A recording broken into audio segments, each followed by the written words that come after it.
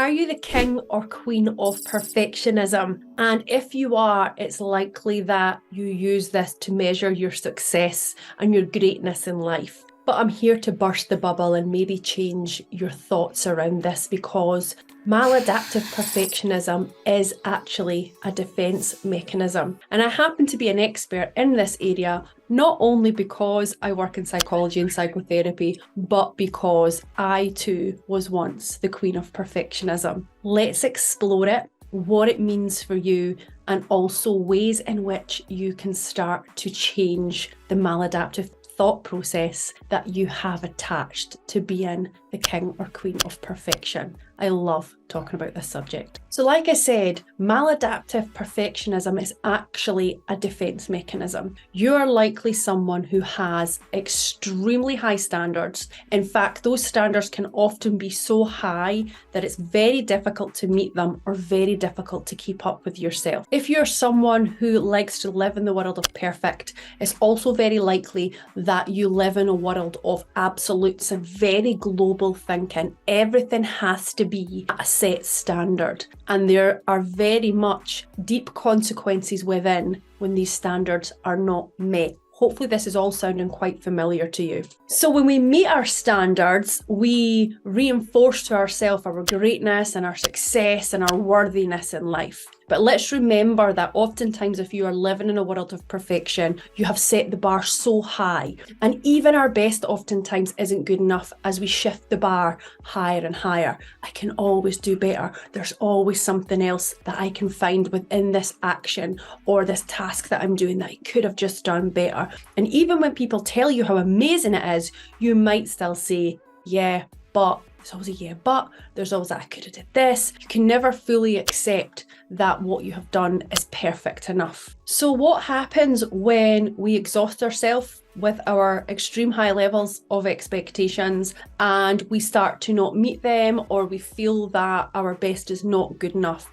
Well, what it means is we meet ourselves with harsh self-criticism. It means that what lies within starts to come out with.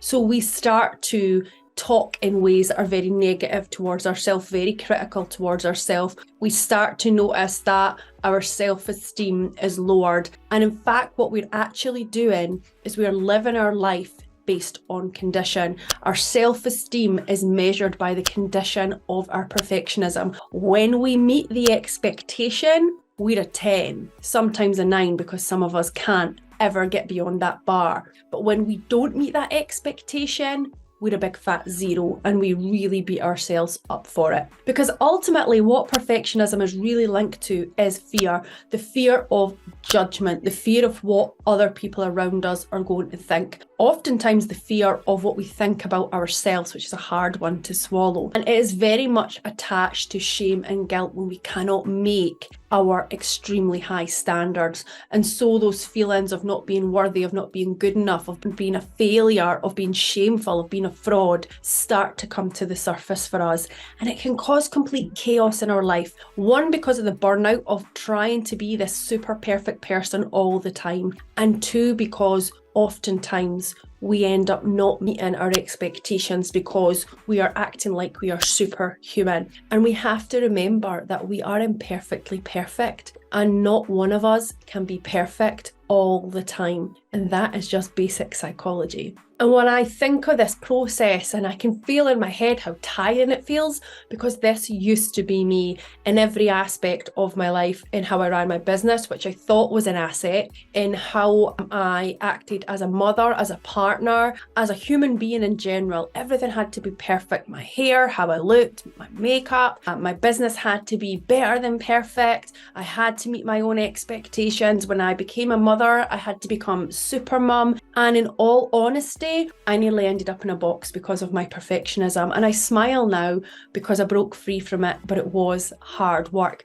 And I was actually such a professional at being a queen of perfectionism. When I first came on my journey to be a therapeutic practitioner, I could not find the core beliefs within me. I could not find the rules and the absolutes and the musts that I had within me because I had perfect down to it. So you can imagine how difficult it was for me to make the realization that I was living in a world of complete perfect chaos, and it is not a great place to live. So let's get rid of some of the tiresome stuff right now. Hopefully you are making some light bulb moments in how this is causing chaos within your relationships, maybe within your health, within your work environment, your home environment, within your family. And you might be starting to realize how high you're making those expectations. And I want you to really think about the quality of the relationships that you have if you are living in this world, because oftentimes we can become irritable to other people because of the fact that we are constantly asking for more from ourselves, and we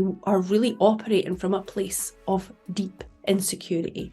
And I'm sorry to burst that bubble for you all. So what can we do with it? I could talk about this all day and I'm not going to. Maybe we can do another training on this. You guys can let me know if you want that. So what can we actually do if we live in the world, if we sit on the throne of king or queen of perfectionism? So perfectionism very much runs deep, and I'm not going to go into that too much. Like I say, I'm happy to do another training solely on where it comes from. But let's think about how can I start to break free from this perfect prison that I have created. So let's think about the maladaptive thought process. Let's think about how negative you may be thinking about yourself when you are not living imperfect, and actually think about how much the negativity is within you with the need to be perfect and the pressure and the stress that you build on yourself. So the language within is really important to monitor. We want to look at creating more healthy, more harmonized language within our inner kingdom, because remember, everything we do is driven from the inside.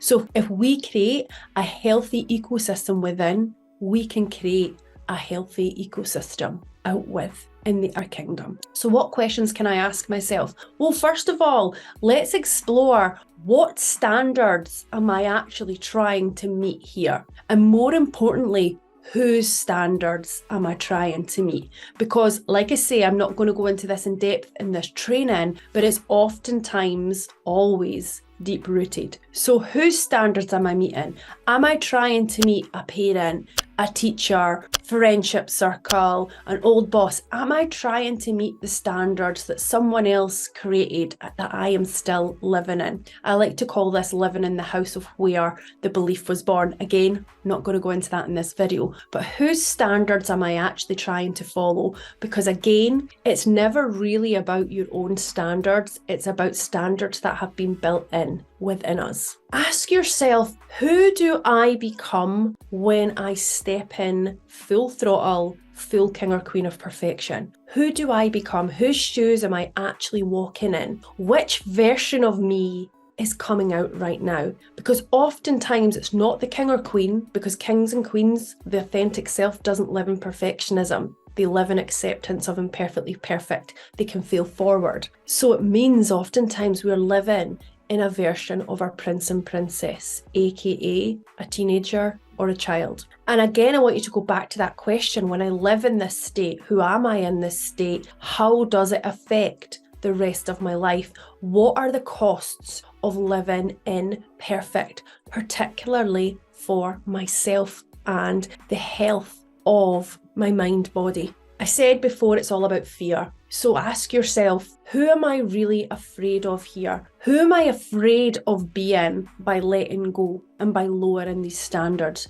Who am I afraid of by having to meet these standards constantly? And I want you to measure your relationships here, because oftentimes, if it's because you're trying to prove yourself within relationships, you've got to ask yourself, are these relationships really of quality for me? Because when you accept yourself, it's about who you accept in, not being accepted by others. And let's remember, we have a fear of rejection here. We have a fear of the world and people around us judging us and not thinking we are good enough. One of my favourite phrases to ask, particularly when perfectionism rears its head, because we never fully get rid of deep-rooted beliefs. We become more aware of them and we can overcome them. So one of my favourite phrases is to ask, do you know what? Really, what is the worst that can happen here? Because if it's not life or death, why am I placing so much of my self-worth on it? I'm going to say that one again. What is the worst that can happen here? Because if it's not life or death, why am I placing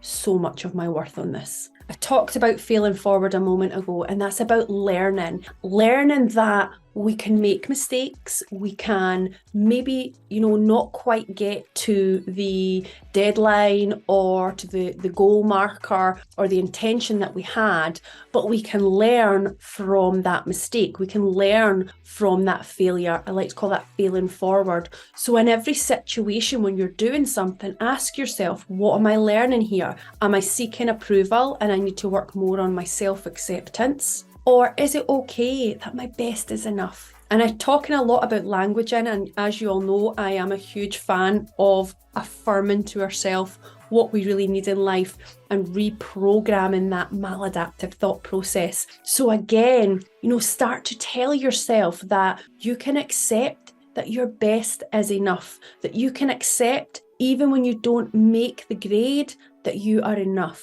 that you are worthy, you are capable, and you're important. You can accept that you are imperfectly perfect, because that is what every human on this earth is. None of us are perfect. And when we live imperfect, we cause chaos within our lives, we cause chaos within our relationships, we burn ourselves out, and we miss all the good that we carry in our life. We miss all of this, the amazing things that come from self-love and self-acceptance and the fun that can create for ourselves. Now, of course, as usual, I like to look at these processes as this is the surface stuff, and then there are some deeper layers to work on. So all of these techniques I've given you here, these are very much surface-based work. If you want to learn more or you want to find more about yourself, feel free to DM me on Instagram or Facebook. Alternatively, hit the follow button and keep watching for more. Enjoy the day you create.